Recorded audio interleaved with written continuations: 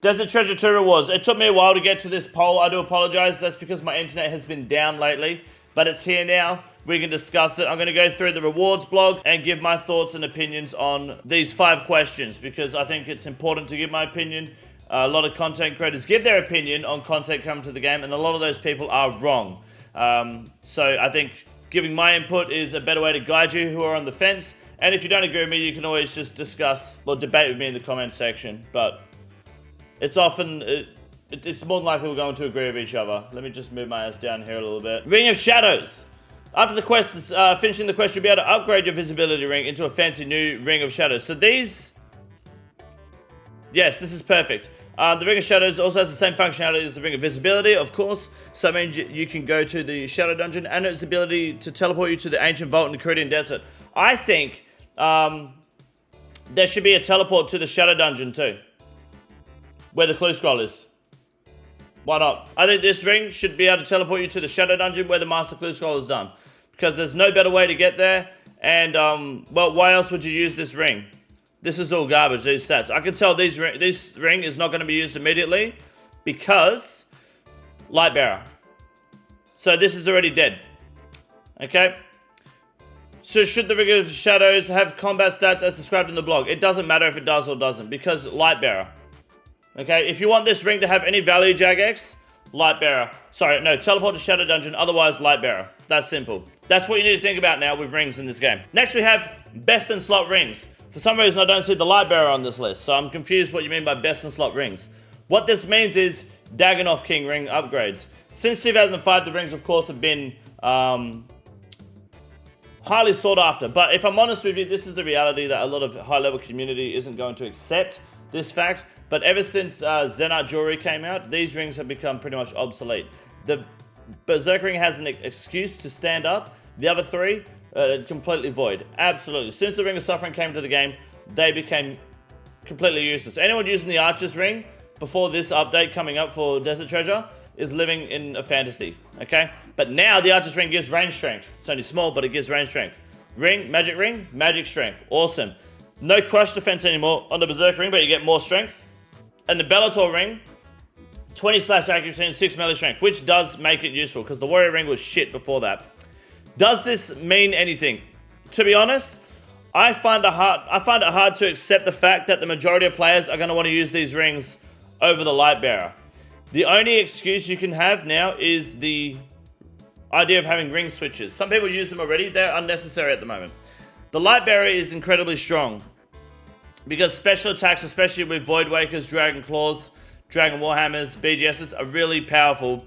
Bringing a ring switch isn't really worth it unless you're speccing then putting the Lightbearer back on.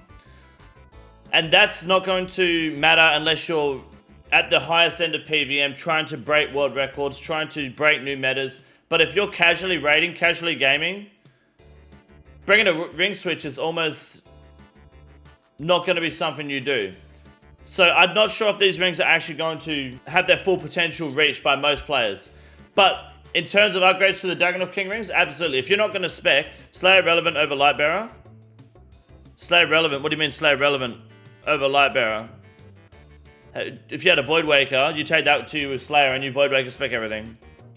That's all you do. So I could be wrong, but from where I'm sitting, until I actually try the rings and push them through different like bosses and raids, you will do fine without them.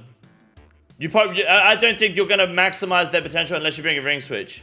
I'd argue you take Lightbearer and SGS shit during Slayer tasks. Absolutely. Lightbearer is too strong to want to take any of these on Slayer tasks. This is bossing and raiding area. You wouldn't take these on Slayer tasks over Lightbearer. You just wouldn't. Absolutely not. If you're maging only, then yeah, the majoring is going to be better, of course. If you're ranging only, then the Venator ring is going to be really nice, although blowpipe specs are really good to get off.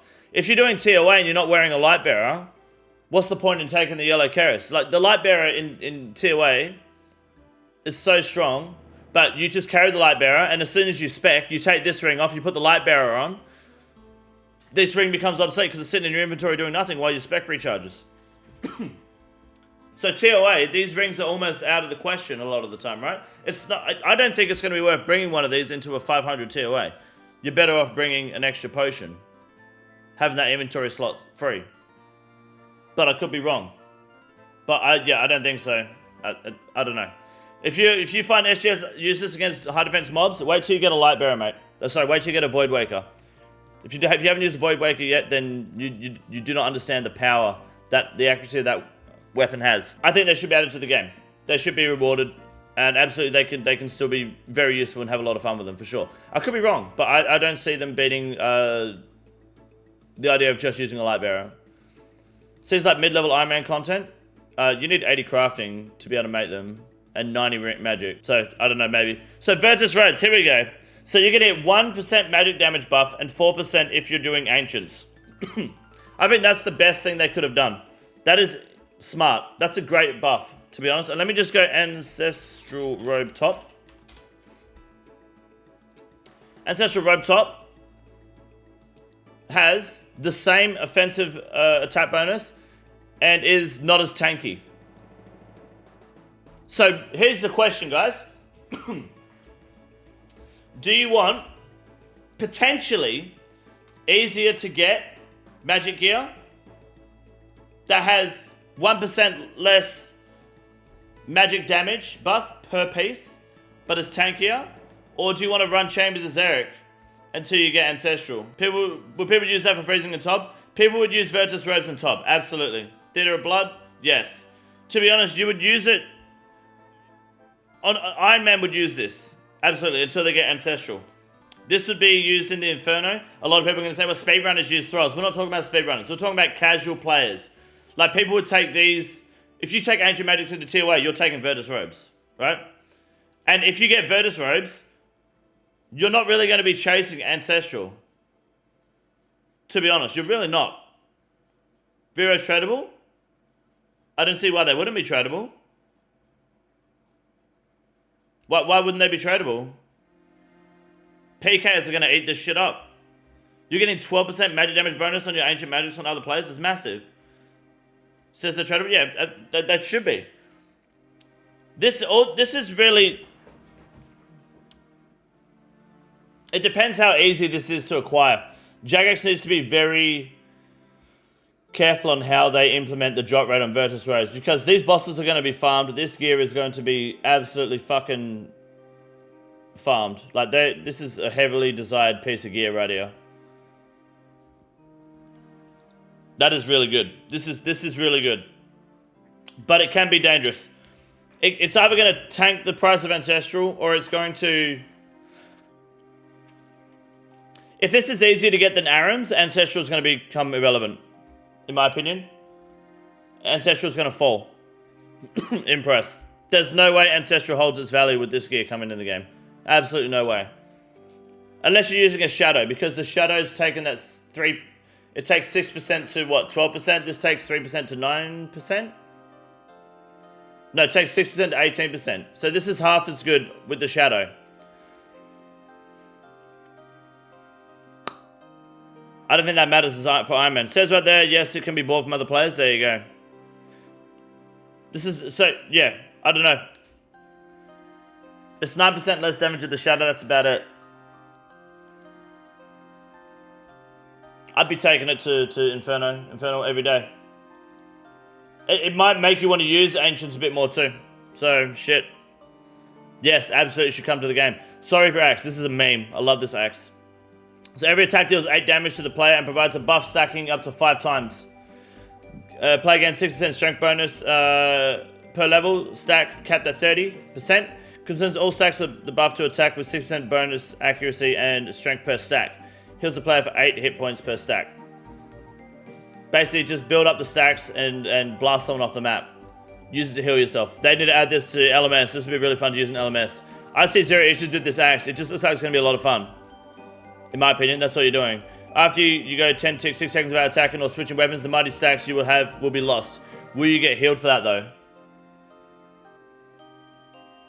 Maybe. So basically, you need to time it every 6 seconds. What's the attack speed? The attack rate's 5. Oh, okay. That's pretty good.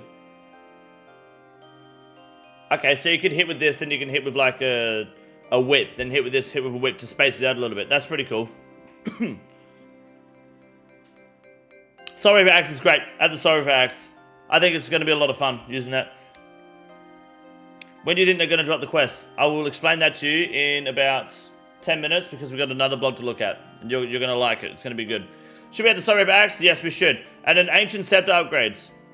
See, very simple. I'm not going to read through the whole thing because it's basically you got the Scepter, you put from the Phantom Muscle, put the Crystal in it, and Blood Spells will have Blood Magic can now overheal you by 10% of your hit points, which is good for the Inferno.